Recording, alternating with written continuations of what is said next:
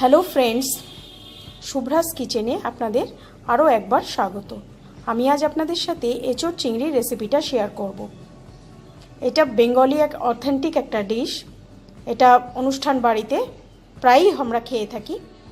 তো আজ আমি আপনাদেরকে এটা বানিয়ে দেখাবো। আমার এই রেসিপিটা আপনারা দেখুন, দেখে ভালো লাগলে অবশ্যই লাইক করবেন, কমেন্ট করবেন, আর আপনাদের আত্মীয় স্বজন, বন্ধু বান্ধব সবার সাথে এটাকে শেয়ার করবেন। আর যারা এখনও আমার চ্যানেলটাকে সাবস্ক্রাইব করেনি তাদেরকে অনেক অনেক অনুরোধ, আমার চ্যানেলটাকে আপনারা সাবস্ক্রাইব করে নিন। চলুন দেখে নিই এঁচোড় চিংড়ি করতে আমাদের কি কি লাগছে। চিংড়ি মাছ দিয়ে এঁচোড় করতে আমার লাগছে, এখানে আমি কিছুটা আদা,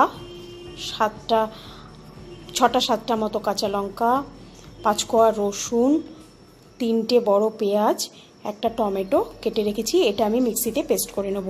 আর লাগছে আমার পরিমাণ মতো হলুদ, কাশ্মীরি রেড চিলি পাউডার। এখানে আমি আলু ডুমো ডুমো করে কেটে রেখেছি। এখানে চিংড়ি মাছ আমি পরিষ্কার করে কেটে নুন হলুদ মাখিয়ে রেখেছি। এখানে ফোড়নের জন্য লাগছে জিরে, তেজপাতা, আর লাগছে পরিমাণ মতো নুন। এখানে আমি 1 চামচ জিরে আর 1 চামচ ধনে পাউডার নিয়েছি। আর এখানে আমি কিছুটা গরম মশলা গুঁড়ো করে রেখেছি।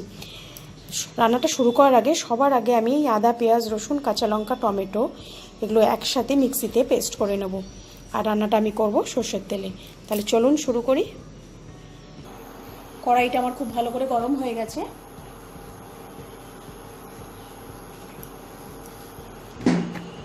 এবার এতে আমি অল্প একটু সর্ষের তেল দেবো।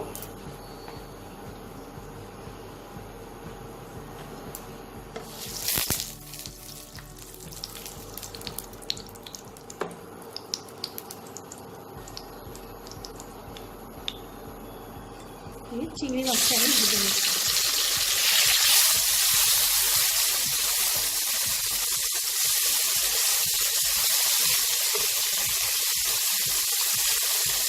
চিংড়ি মাছ খুব বেশি ভাজবো না, আমি এই 2 মিনিট মতো একটু এপিট ওপিট করে নিয়ে তুলে দেবো। খুব বেশি ভাজলে এটা রাবারের মতো শক্ত হয়ে যায়।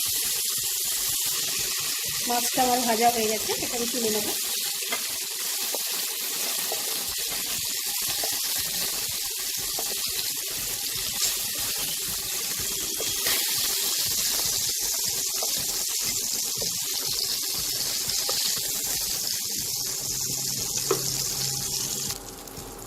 এবার এই তেলেই আমি আর একটু তেল দেবো।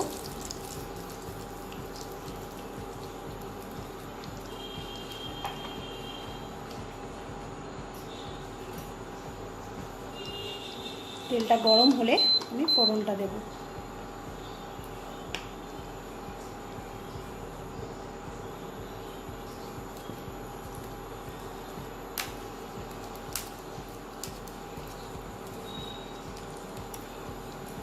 তেজপাতা আর গোটা জিরেটা দিয়ে দিলাম।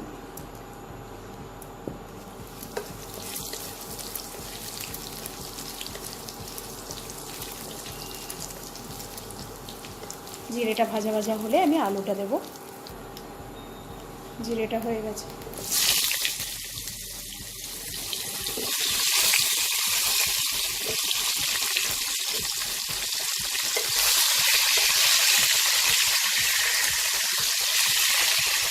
আলুটাকে আমি একটু লাল করে ভেজে নেব। আলুটা ভাজা হয়ে গেছে। এবার আমি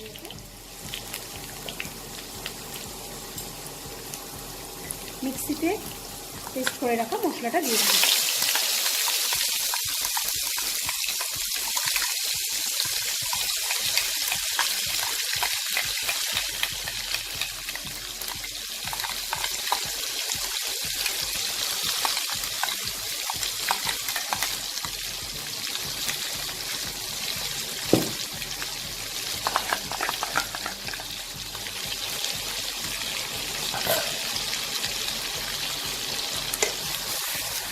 পরিমাণ মতো হলুদ,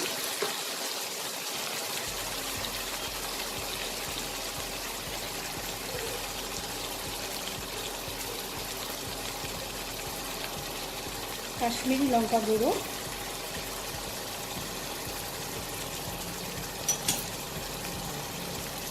পরিমাণ মতো নুন, জিরে গুঁড়ো আর ধনে গুঁড়ো সবগুলো মশলা দিয়ে আমি খুব ভালো করে এটাকে কষাবো।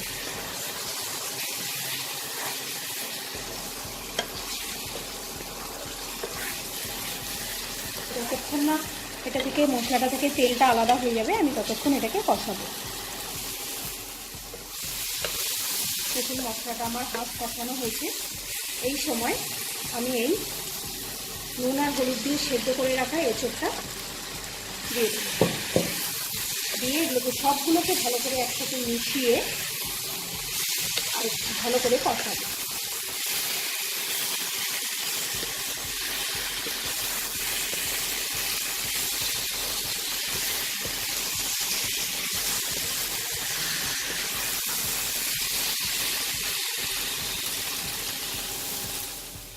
সবগুলো খুব ভালো করে মশলার সাথে কষানো হয়ে গেছে। এবার আমি এতে চিংড়ি মাছগুলো দিয়ে দেবো, দিয়ে অল্প একটু জল দেবো।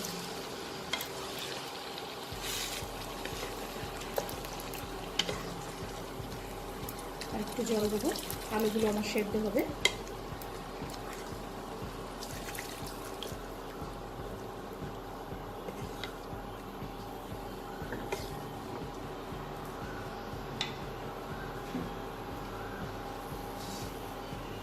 এবার এটাকে আমি ঢেকে দেবো। ঢেকে 15 মিনিট আমি এটাকে স্লো ফ্লেমে রান্না করব। 15 মিনিট পর আমি ঢাকাটাকে খুলে নিয়েছি। এবার আমি দেখবো আলুগুলো সেদ্ধ হয়েছে কিনা। হ্যাঁ, আলু একদম সেদ্ধ হয়ে গেছে। এবার আমি এতে গরম মশলা দিয়ে দেবো।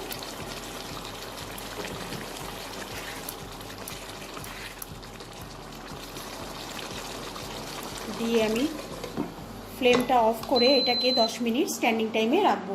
রেখে আমি সার্ভ করে নেব।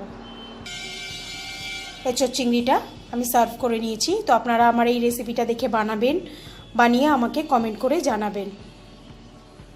আজকের মতো আসি, আবার ফিরে আসবো নতুন কোনো এক রেসিপি নিয়ে। নমস্কার।